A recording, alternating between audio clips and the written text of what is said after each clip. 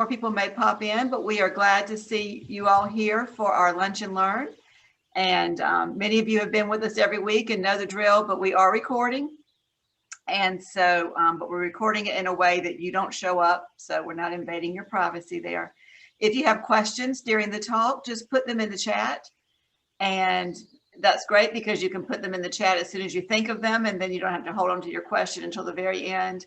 And then our speaker has left time for question and answer at the end of the presentation. So we are looking forward to learning a lot more about the Community Foundation, and I will hand it over to Dennis Tavernetti, who is a member of the Lunch and Learn Committee, to introduce our speaker. Okay, hello everybody. I'm today's host, as Nancy has said. If you haven't already, or we didn't do it automatically, you should please mute your mics so we don't hear your dog barking. And as Nancy just says, really is important because we really want to answer your questions. And to do that, if you would please just type them in the chat box, and I'll review those at the end and make sure your questions get answers. Also, we'll maybe combine some together, because quite often we get similar type of questions, and I'll try and combine those together as well. Next week, the talk will be by Dr. Linville of Clemson on the disinformation that reigns on social media and its negative impact on our lives and governance. He was supposed to teach this OLLI lecture, but with the classes and COVID and stuff, it turned out he came up with a class meeting today. So he doesn't have that meeting next week. So he'll be here talking about the disinformation on social media and what does that mean to our lives. But today we're lucky to have Gina Blohm, who's Director of Development for the Community Foundation of Greenville. Gina graduated from Ohio State University with a degree in economics and marketing. And prior to her current assignment, she worked in a related role for the community, for the Greenville health system.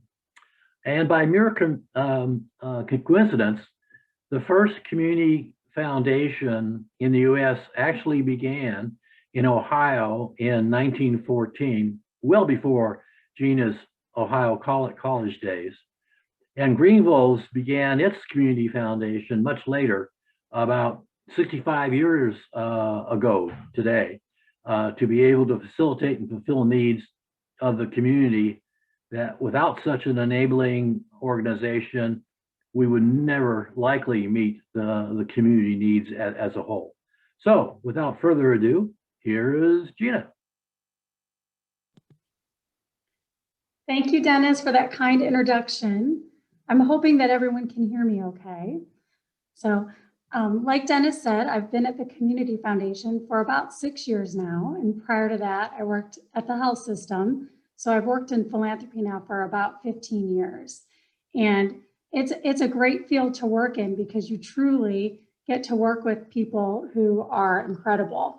And what I hope to cover with you today is some of the impact that people that we work with have had on the greater Greenville community. So I'm going to try to cover, I think we've got enough time to do this, but 5 different things. So what is a community foundation, the history of our community foundation, and then really focusing on bridging philanthropy and purpose, so our impact. And I think that I hope a lot of this stuff is familiar to you. And then we can't go anymore without talking about our response to COVID-19 and how we've been able to respond to that in the last 14 months. And then I want to leave you with some of the things we plan to do in the coming years. And then Dennis already mentioned this, but our fun fact is that the Community Foundation gave a grant back in 1993 to help start OLLI. And Sarah Fletcher, the original founder, has been a supporter of ours for many years. And Dennis also hit on this. So the first community foundation was founded in Cleveland, Ohio. And the premise was very simple. It was just that together, if you commingle funds, you could have a greater impact on your local community than you could on your own. So here in town, our community foundation was founded by 7 local businessmen, all men, and it started with a gift of just over $5,000. And the first grant we ever gave was for a survey in town to help with fire protection for Greenville County. And I added this slide recently because it's kind of interesting that one of the other first things that we did was helping to make sure we immunize children against polio. So kind of coming full circle there. So our vision, which we just rewrote a year and a half ago, is to have a thriving Greenville community where everybody can reach their full potential. And then our mission is to have an inclusive and vibrant community. We did just assemble a group to come together around diversity, equity, and inclusion. And that group, there was 6 members of our board that came together to create this new diversity, equity, and inclusion statement. So this was just approved by our board, so I'm so happy to share it with you today. So it says, in recognition of our diverse community, we are committed to using our philanthropic social capital to address systemic issues to pursue equity. So,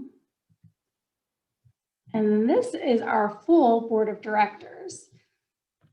We are overseen by a 29-person board of directors, which I think is enormous. That's a very diverse board in terms of their life experience and also their professional experience. A couple of people to just point out very quickly here is our current board chair is Liz Seaman. And Liz also serves as the chief of staff at Furman University and then on county council as well. So this group helps us make sure that we are staying true to our mission and in alignment with those goals to benefit Greenville County. And I would say that the only thing better than talking with this group today via Zoom would be coming to talk to you today in person. And if we had the opportunity to talk in person, I of course would have asked a couple of these members to come with me. Our vice chair then is Todd Heitch too. And Todd Heitch is a graduate of Furman University, so we're thrilled to have him next. I include this picture because I want you to know who we are. And we are a lean 6-person team. And a lot of us have been at the Community Foundation for a long time. So the first 3 people in this picture were together, and this always amazes me, when 9/11 happened. So all of them have worked at the Community Foundation for more than 20 years. And I don't have to point him out. The only guy in the picture there is Bob Morris, who's been our president now for 22 years and is a well-respected community leader. So the impact of the Community Foundation. Last year in March, when the pandemic hit and the markets took a big hit, we were really uncertain as to what would happen during the course of the year. And I think it's okay to say that we were shocked by the end of the year when the markets were up and our donors and supporters were as generous as ever. So in turn, we were able to do more than we've ever been able to do before. So last year, we reached an all-time high of $93 million in assets. And of that, we've distributed more than $200 million since 1996 into the community. But as I'm thinking of the audience here today, I want to make sure that I make a big distinction here before we go forward. That $200 million number is huge, right? Most of that money is directed by the families and individuals that we work with to make sure that we're making their philanthropy simple and more powerful. The number that I want to focus on in the upcoming slides is this $13 million number. So since 1996, we've given out more than $13 million from our unrestricted assets. And that's the money that we have available to support greatest current needs in the community. And gosh, have they ever been growing and changing over the years. So that number comes from contributions to the Community Foundation and then fee income that we earn from the funds that we administer. So some of you on the call might be familiar with an annual grant making cycle that we have each and every year called capacity building grants. I thought this was a good lead in to talk about our impact. So these grants are given out every single year on an annual basis, and typically it's $100,000. And the goal of these grants are to be able to help our nonprofit community achieve their mission, but they're not for the glamorous things. They're not for a brand new program or to underwrite salaries or anything like that. It's to really help with things like technology, strategic planning, marketing initiatives. And then come 2020, as a board, we made a decision to make these grants unrestricted so that the nonprofits can do whatever they needed to do with these grants in a year that was truly unprecedented. So this is the list of local organizations that received funding in 2020 as part of the capacity building grants. I just wanted to share this photo. This is just an example of a couple that we work with. Their names are Carrie and Skip. I believe they're also lifelong learners as part of OLLI. But I mention them because we had worked with them for years and on their philanthropy. But Skip is a great example of somebody who said, hey, I want to learn more. How do I do that? And he asked to serve on that capacity building grants committee that we just talked about. So now he also sits on that committee, gets a chance to review the applications and helps guide those grant recommendations. And it also helps him learn more about the needs of the community and take that back home to his wife. So another example of a family that we work with is the Hill family. Things that they like to support are Fostering Great Ideas, which supports kids in foster care, Rebuild Upstate, which helps rehab homes to keep them safe for families, and the Family Effect, which helps families while they're get through when there's a family member that has an addiction. And I mention this family for two reasons. The first reason is because she's the opposite of Skip in that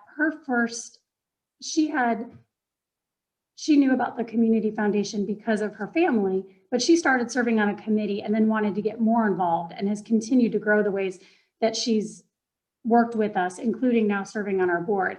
But I also want to highlight something that Dennis had mentioned to me when we talked previously, and that's a notion that people may think that we only work with people who have, he used the number 8 million, so I'm going to use that number as well, families who have $8 million to be able to support charities that they care about. And that's not the case. Kay and Jonathan are an example of a younger family that we're working with to help them now learn more and give more during their lifetimes through the Community Foundation. So we are trying to work very hard to work with all sorts of families. We also administer agency endowments. So one of the things, everyone loves Falls Park, right? And this is an older picture. I guess I could have found one now that has that new temporary exhibit that's down there with the wings of Greenville, wings of the city, I'm sorry. But this is an older one that hangs in our office. And it reminds me that we also have the ability to administer endowments for nonprofits and different entities here in town that benefit everyone in Greenville County. So we have an endowment fund that was started by a number of local, I think they were all women, number of local women, to make sure that that park has an endowment fund to help it into the future. A story that I want to share with you today, and I see Dennis smiling, and this picture makes me smile every time I see it.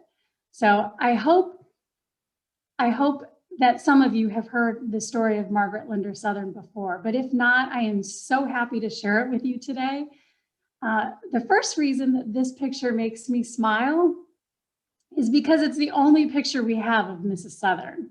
She lived a very humble life here in Greenville, and I want to tell you about her life and then her impact. So she went to Parker High School downtown, which is now the Legacy Charter School. It's in that same area. And she and her husband moved out to the middle of the country, and he was an actuary and she was a teacher, and she taught special needs children. And when he passed away, she moved back home to Greenville, and they did not have any children of their own. And she called on a friend here in town. His name is Mike Shane, and she asked him to come over to her house to help her get organized with some stock that she had. So, and you know, I've heard this story from him, so I was not there, but the way that the story goes is when he went there, he helped her assemble all the stuff, and they really couldn't believe the kind of wealth that she had accumulated over the years. And she told us that the way that she did this was by investing her teacher salary, that her and her husband had made the decision that they would live on his salary and save hers. So at that time, they also invited Bob Morris to come out to her home. And she had a very simple one-page letter that she gave to us. And that letter said that she wanted to set up an endowment fund after her lifetime to benefit Greenville in 2 ways. She wanted it to benefit the Greenville Humane Society because she had 2 dogs that were her companions, Nancy and Molly. And she also wanted it to benefit children and youth, especially children with special needs. So she gave that letter to Bob. He asked if she wanted to be on our mailing list, and she said no. She said that that wasn't necessary and went on our way. Well, in 2013, Mrs. Southern passed away, and we were notified that we received an $8.4 million bequest from her. This still today is the largest in our history. And what this now does is make annual distributions each and every year to benefit Greenville County.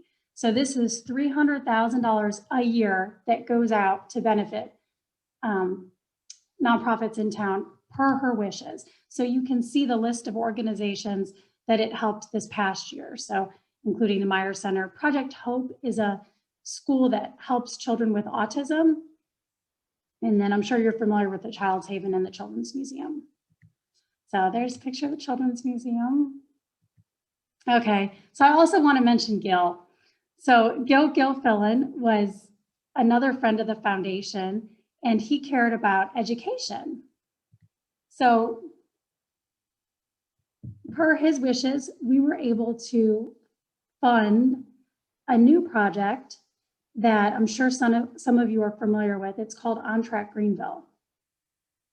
And OnTrack Greenville is a program that started in 2014, and it is in 4 of the most high-risk, poverty-stricken middle schools in Greenville County. And now this is also a partnership with United Way, so it's housed out of United Way, but it serves the middle school children, and the whole purpose is to help those children stay on track so that they graduate, because data shows us that if the middle school children can stay on track to graduate high school, they have a much better chance at being successful adults. So these are the 4 principles from those schools, and Gil helped make that possible. So, okay, so, and I don't see if there's questions here, so I'm just going to keep going unless Dennis or Jessica tell me to stop. So I want to go over some of the things that the Community Foundation was able to do in response to the pandemic.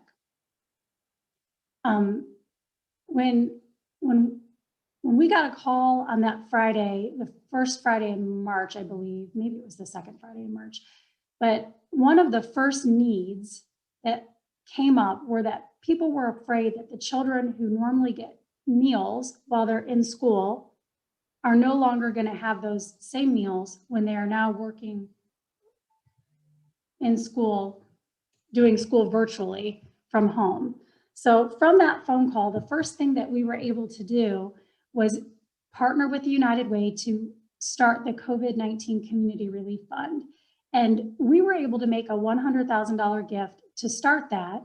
And now they've raised millions of dollars for this fund. But I think one of the other cool things is that we were able to put that information out to our supporters, and they actually contributed more than $165,000 towards this effort as well. So that fund, a lot of times what people think of when they think of that is if you call 211 to call in to get resources from United Way, a lot of times now they have that resource as well to be able to help people who are in crisis due to the pandemic. We also were able to make investments across the county. And this is something that we try to emphasize, that we are supportive of nonprofits across the entire county. So including Greer Relief, Foothills Family Resources up there in Slater, Marietta, Center for Community Services. We also were able to make investments at Community Works, who continues to help small businesses through this tough time. We also, as a board, decided to make investments in the amount of $100,000 to minority-led nonprofits in Greenville County. And you'll see at the end, we've already committed to doing that again. And then supporting the arts. So there isn't a sector of our community that has not been impacted, of course, but one section that we're particularly concerned about is the arts, because we know that priority goes to making sure that people have food and shelter. But we were also able to support things like the Warehouse Theater, Artisphere, MAC, and the Peace Center. And then supporting mental health. So NAMI and Mental Health of America in Greenville County. So when we looked at the end of the year, we found that we were able to support a really great list of nonprofits across the county and across every section. So you've got organizations that are listed here that are arts related, education, health, human services, and I think we probably got the environment in some way in here. Poor environment. Sometimes it gets the short end of the funding stick here in crisis. But the only reason that we were able to make these investments is because of the families that we work with throughout the year. And they trust us to be able to make decisions about the greatest current need across the county. So what's next? These are the commitments that we're looking to make as the new year comes on. So continuing to invest in OnTrack Greenville. I didn't mention this when I showed you that picture of Gil Fontaine, but he was the initial supporter, but the Community Foundation's commitment to OnTrack Greenville has been more than $1.3 million. It's actually the largest grant investment that the Community Foundation has made in our history. The second biggest investment that we've made in our history was to the Kroc Center, and that was $1 million gift back in 2006. So we'll continue to do the capacity building grants that we started off telling you about. So that's the smaller grants, but to help with their mission. We're not sure yet if those grants will be unrestricted again this year due to the effects of the pandemic. We have to convene that committee again so that they can make that decision. We'll continue to do the Margaret Linder Southern Endowment Fund gifts. Also, we've been able to make a gift to the Salvation Army. Thanks to the Frasers, it's another family that has set up an endowment fund to support needs after their lifetime, Gateway House. And then you can read the rest there. Habitat is a big one. So I wanted to mention that I showed you the picture of Mrs. Southern, and I hope that you remember her. And another example of a family in Greenville that has helped us to be able to make this great impact is Jim and Kit Pierce. And they were great philanthropists in town, but I show you their picture today, first because it's an absolutely adorable picture of the couple, but also because the endowment fund that they set up allows us to support things like Habitat for Humanity. Their wishes were to support things that were related to food and shelter. Mr. Pierce would say things like, he can't believe that there are people who live in Greenville County who don't have access to good food and shelter. So their endowment fund makes it possible for us to support things like Habitat for Humanity. And then I want to take a minute to be able to reflect and say, sometimes when you work at a place like the Community Foundation, when every day we're working with families who are laser focused on being able to help people according to their family's values, you can forget how wonderful this work is. And in the last 14 months, it can be hard for somebody, I'm just going to use myself as an example, somebody who's very introverted, extroverted, who over the last 14 months has found myself in my house working from home quite a bit and learning how to not be around people that you can hug on a daily basis. But last week, see, we're seeing the light at the end of the tunnel, right? Last week, I was able to go to this dedication. And these dedications for new families to have a new home to go home to, they're always so inspiring. But last week hit me differently because I got to go there. We all wore our masks. You can see us. We got to see this fantastic home that the community has still come together to bring these resources forward, to be able to allow Habitat to continue their great work. But the builder spoke, and it really resonated as he said, we didn't have any volunteers to help us build this particular home. Usually we do, but we still made it happen because we were thinking about the Alvarezes. And the Alvarez family are the 3 people in the blue shirts in this house. And I hope that somebody else on this call was there as well. But to see them and their journey and to hear about how they worked so hard to make this day happen and how excited and proud they were to have a new home and the pride that they have in living in our community. They happen to be from California. It just was such a great reminder of everything that's good in the world, but everything that's fantastic in Greenville. And I'm so proud to be able to work at the Community Foundation and be a small part in this kind of work. And I think that this is just a great reminder. I hope that we continue to help people like the Alvarezes and organizations like Habitat. So I'm gonna pause there and see if. Okay, are you ready for questions? I think so. Okay, all right. Okay. We've had 2 other than the thanks that the head of Ollie has given for your original helping to fund the Ollie program years ago. We have 2 questions about OnTrack. Could you sort of flesh out what OnTrack really does and refer back to your example so that we could understand what it is? Yes. So OnTrack Greenville, and I see some friends now. So hi, this is cool. Now I can see your faces. So OnTrack Greenville is a program that focuses on 3 different things in the middle school. So the reason that it's started out with only 4 middle schools is that was targeted and intentional because those 4 schools were seeing the most problems. But what they do is there's a tracking system that tracks attendance, behavior, and your grades. And then they bring together support groups that are comprised of 5 different things. So let's see if I can name all 5 of them. So the first one is the health system. So Prisma Health has a telemedicine nurse practitioner or nurse in those 4 schools. Because if you think about this, one of the things that could get a middle school student off track is attendance problems. And say you wake up and you have a sore throat and your parent, and this is before virtual learning, tells you can't go to school. One thing that would allow you to be able to continue to go to school that day is to go into school, tell your teacher, and then be able to see a care provider at your school building. And then they can prescribe and take care of you there so you can stay in school, not have to be out of school to go to the doctors.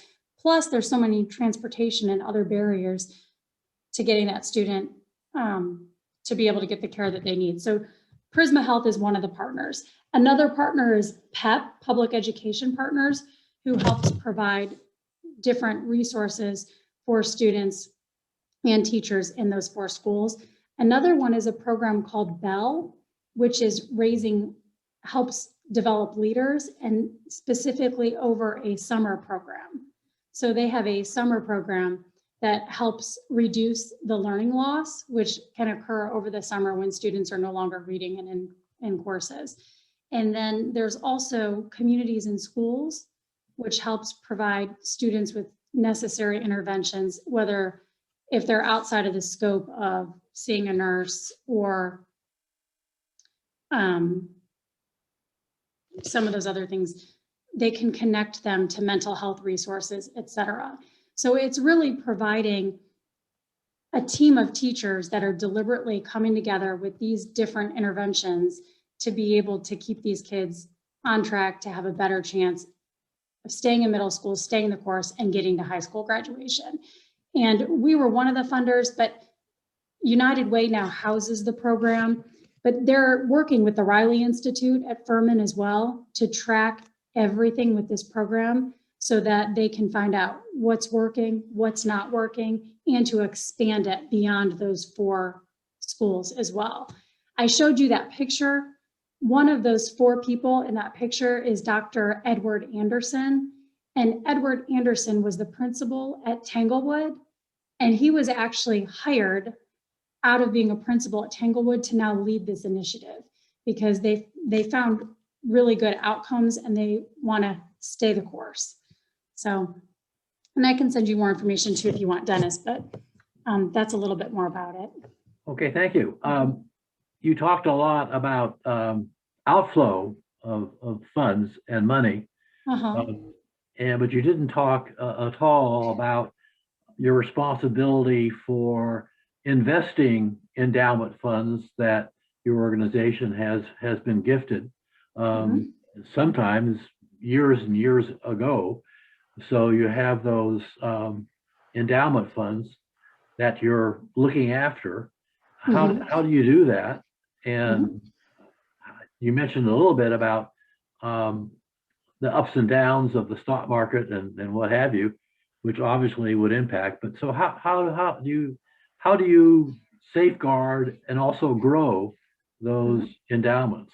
Yep. So we have 3 different revenue sources to build our assets at the Community Foundation.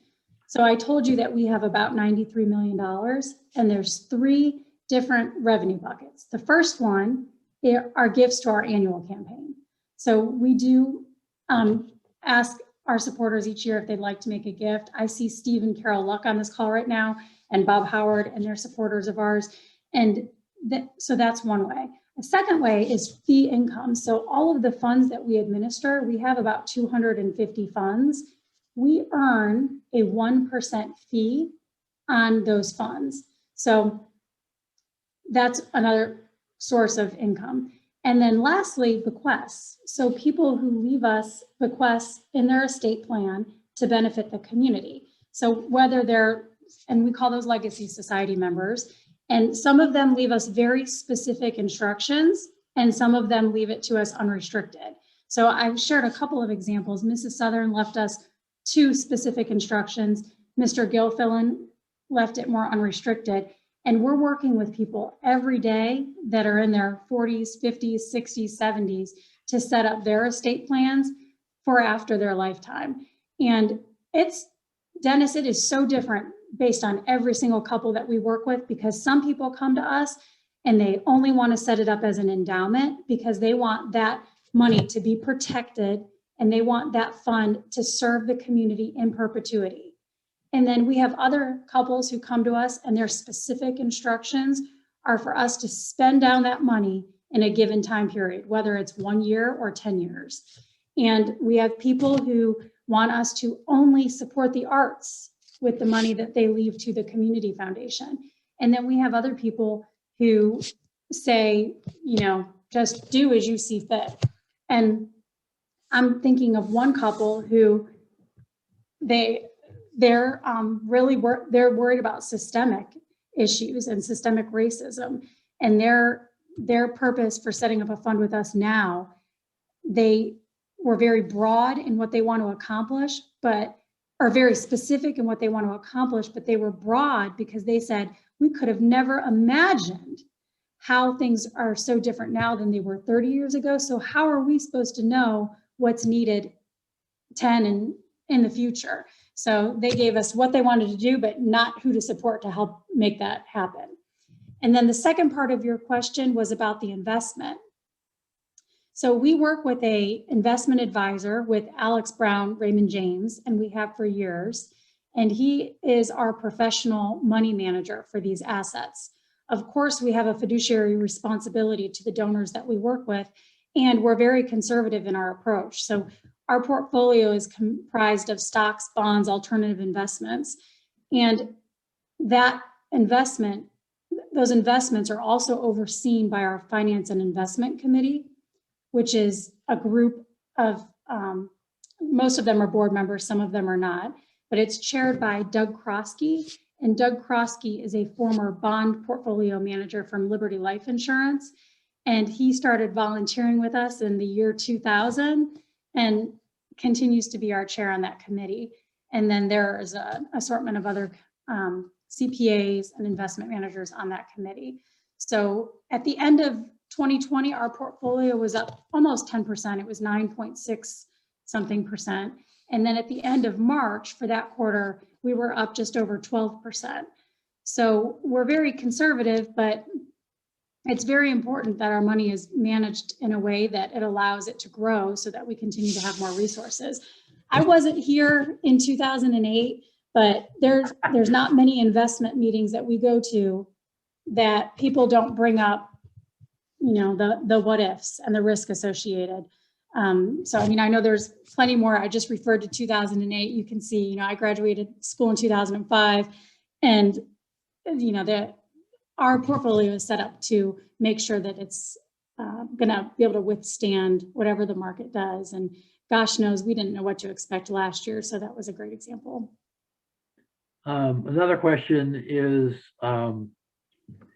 it seems that there's a never-ending list of charitable organizations that are landing messages at in the mailbox or online or whatever. Do you provide any advice or resources for a family or a person who's interested in a new nonprofit as to whether they're a good thing or a bad thing or not? Yeah, we could. Yep. So we very often provide lists of charities that meet somebody's interest areas. So I'm thinking of somebody, this happens every day, but I'm thinking of somebody that called me last week and wanted to know of nonprofits in Greenville County that dealt with addiction. So we were able to say, here are the groups that we know well that serve people who are battling addiction. And by knowing them well, it means that these organizations are groups that our donors already give to. And in order to be able to send out a donation from a fund that we have to do our due diligence and make sure that they're in good standing with the IRS, et cetera. But we also know most of these nonprofits as well.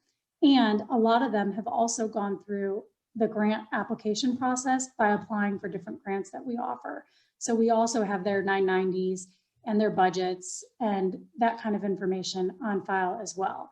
Now, of course, we do, just like a lot of people, we do still go to GuideStar and check out the information that's publicly available about nonprofits as well. And I'm not ashamed, I do that every day to make sure that a charity that somebody asks me about is in good standing with the IRS, and to be able to see what their budget, their staff size, what their board looks like, and some of those basic facts. But we are always happy to provide that information.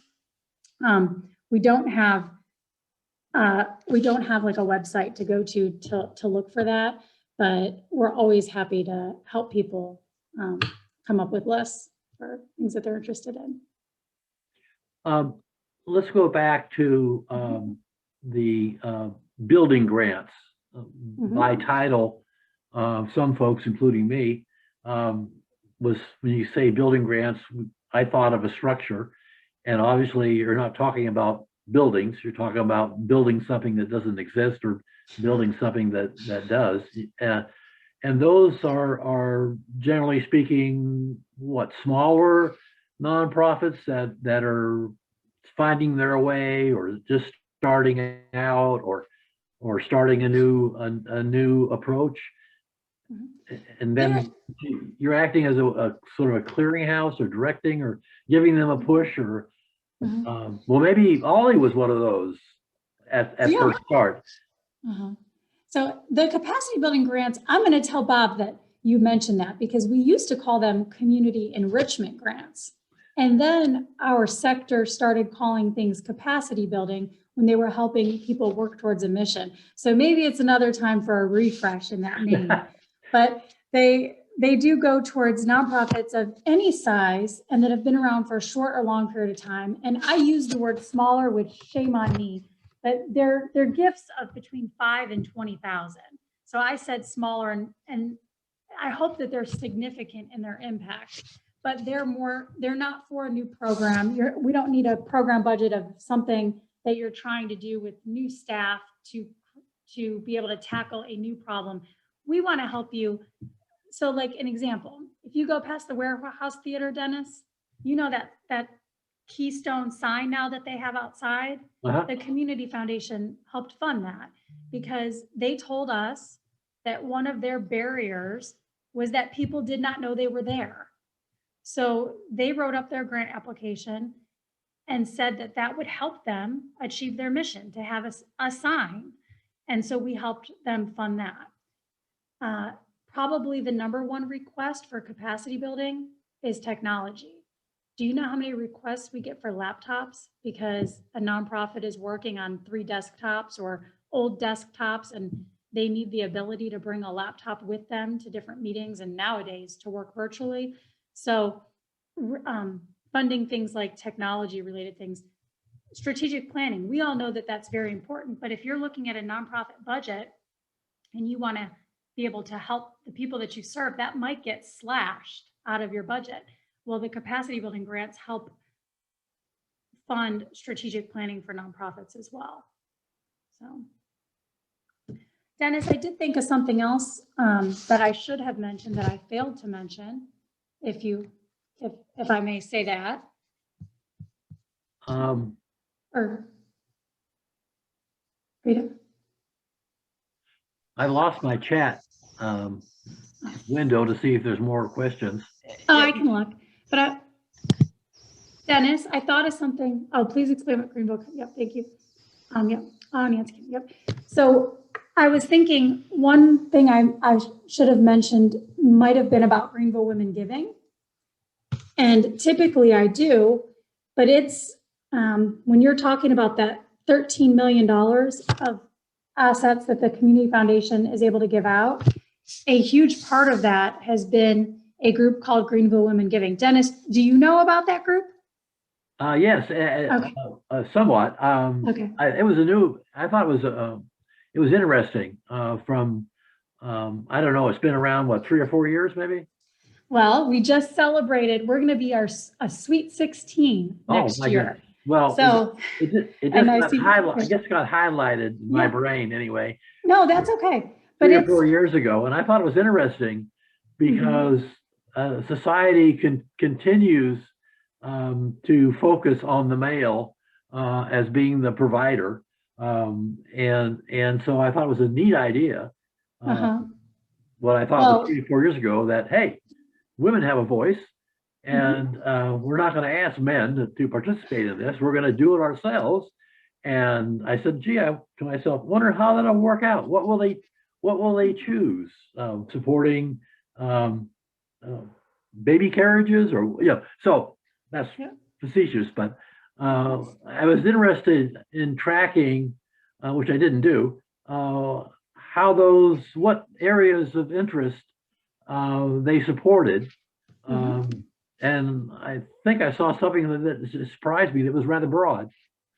Well, here's the takeaway. Since 2006, when Greenville Women Giving was founded, the group has given away more than $6 million to 82 local nonprofit organizations. So it is literally one of the very biggest givers each and every year now in our community. And it all started with 3 women who had an idea similar to a community foundation, in that together we could do more than we could do alone. Right. And now this group we call it a special initiative of the Community Foundation, but it's a group of more than 600 women. And those women some of them are very involved. Some of them just write a check every year. But the only qualification to become a member is that you are a woman who gives $1,200. And then that $1,200, $1,000 goes directly into a grant pool to be given out at the end of the year. And the other two helps with administrative costs, such as we do programming to inform the community on different topics. So there are 5 different granting areas, very holistic. And it starts like a school year. So through September through May, you could learn about something that is environment related, education related, health, human services, and then the arts. And then come May, you receive, or actually April, you receive a ballot and you get to vote on the things that you think deserve the funds that are now in this pot. And those organizations then are funded. And this year, they're going to be each $50,000. But in every year except this year, the gifts ranged from $50,000 to $100,000, depending on their grant request. And we did make that change this year so that more organizations can receive funding with everything that's going on with the pandemic. So, and I can't help, I'm looking at her, so I can't, but Carol Luck and I have been on different committees with Greenville Women Giving, and it is just, it's a dynamic group of women who care about Greenville. So was I right that it increased not only the diversity of the givers, but also increased the diversity of who the funds went to? It was a different. In other words, there probably were nonprofits that wouldn't have gotten on the radar without this group, I would guess. Huh? Yeah, absolutely. Yeah, and the cool thing that I think about it is say there's 70 groups that applied for grants, but you choose to be on a grants committee, so you get to read the applications. Well, maybe the ballot shakes out and say, I'm just going to use an example of Project Host because I love them. So Project Host, this people call them a soup kitchen, but they're more than that. Say they don't get funding from Greenville Women Giving, but through your experience, you learn more about that group. Well, you might choose to support them on your own. So through being a part of the group, you're learning more about the needs and the nonprofits in Greenville County. So it's really building a network of more informed philanthropists. And people oftentimes bring their partners. So we're very men friendly. We had a major tax change. This probably may not have impacted your organization at all, but we had a major tax change as far as the higher standard deduction as it relates to giving, without the need to itemize all that other stuff. And I forget how high it is now, but it was a significant change from before. And people were obviously keeping track of their giving. Your church always sends you a year-end thing and so on, and you add all these things up together and what have you. Overall, how did the nonprofits in general, did it impact them at all that people took the deduction and didn't reduce their giving, or not? We were really concerned because of what you just described. We felt like if people were just going to take the standard deduction, then they no longer needed to make that gift to charity. So we were very concerned. But as it happened, we found 2 things. Number one, the giving did not decrease, and that was supported by USA Giving's annual report that said that giving actually went up. But the other consequence, or the other thing that we saw, is that some people did get recommendations from their CPAs that in order to itemize and to take advantage of a higher standard or of the standard deduction, they could set up a donor advised fund and do what they call bunching or bundling. And that is, say you typically make $5,000 worth of gifts a year. Well, you can't even get the benefit of that for your taxes then. But if you have the cash flow to take $25,000 and give it to a charity like the Community Foundation, we'll put it in a fund with your name on it. Your CPA is happy. because now it simplifies your taxes. The donor gets to take advantage then by making this $25,000 gift to the community foundation, but then you can continue to make your normal annual distributions to the charities that you care about. So you can still send $1,000 to Meals on Wheels. You can still send whatever you send to your church, to Furman or your alma mater, whatever else. And then that fund would last you 5 years. So it's 5 years of giving for you, but it benefited you in this tax season, this tax year. So we did not see a decline in giving, but we did see an uptick in the people who set up a donor advised fund because it would help them for their taxes. You probably talk about this strategically.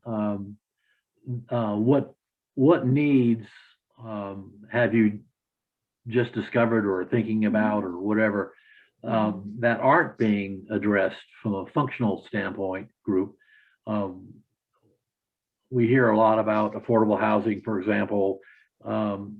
What else is out there in our community that really isn't being addressed because it's not being talked about, it isn't being focused because or whatever reason? What out there? What unmet major opportunity is not being met that maybe should be being addressed in our community from a charitable standpoint? Yeah, well, we did a survey of our donors 2 years ago, and we asked them, what do you want to know more about? The types of questions that you described. And the number one thing that came up was affordable housing, because it's all over the news. People know that it's a need, but people are unsure about how to meet that need. So Bob's actually at a meeting right now discussing that topic. And I mean, it must be on your mind because it was the first thing you brought up as an example. So affordable housing seems to be the big one. And then of course, with the pandemic, affordable housing is exacerbated as well, because we've got committees that we work with right now that are trying to help people who are displaced from their rentals or evicted from hotels where they were living. And it's a huge problem that I have no idea what the answers are, but we do have some recommendations, and that is to get in touch with those who are leading the Greenville Area Development Corporation, the Greenville Homeless Alliance, the groups that are dealing with affordable housing. And we are great connectors because we want to connect people who care with the causes they care about. So that's an unmet need nowadays with COVID. I think it's all across the board, but affordable housing, I would still say, is probably number one. Well, okay, we're out of time. Okay. But I want to thank you very much for your enlightening discussion and explaining how the Greenville Foundation works and the good works you do. And we also thank you for your time. And it's nice you're at home, so you're zooming with us. Although Nancy tells us we're going to be able to come back maybe this summer in some degree, or whatever. Maybe we'll need to have vaccination passports. I don't know. But anyway, thank you, Gina, so much. Thank you, Dennis, Dennis. Thanks for the opportunity. Quick thing. Yes. Dennis was talking about the members and men and all of that. We may not have men as members, but we would certainly welcome your donations. That's right, Carol. Duly noted. Yep. Thank you, Dennis. Okay. Thank you, guys. Bye-bye. Thanks, Bye-bye. Gina. Great job. Thank you. Bye, Carol.